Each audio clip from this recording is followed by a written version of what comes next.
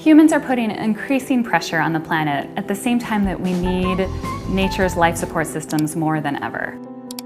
We need forests and wetlands to clean our water. We need bees to pollinate our crops. And we need coastal habitats to protect us from storms.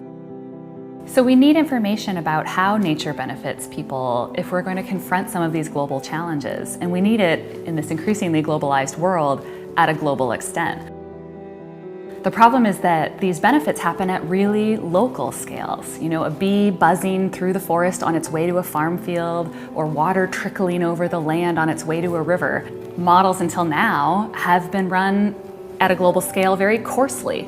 So we're looking at much finer scale information. And by using that finer scale information, we can represent the processes really at play at a global extent that is the relevant scale we need for policy.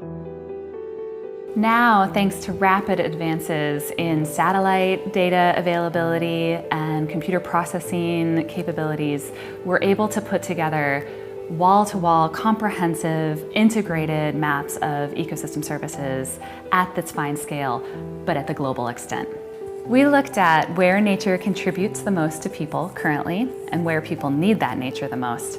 And we find there's a lot of places where people's needs are not being met.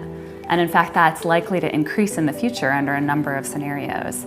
And where those needs are not being met is really inequitably distributed. So we see the biggest increases in water quality impacts, inadequate pollination, increased coastal storm risk in South Asia in particular. Going forward, the information that we're getting from satellites to feed into these models is only going to improve. Policymakers will be able to use this kind of information, whether they're targeting conservation or restoration of nature, to really promote the connections between nature and people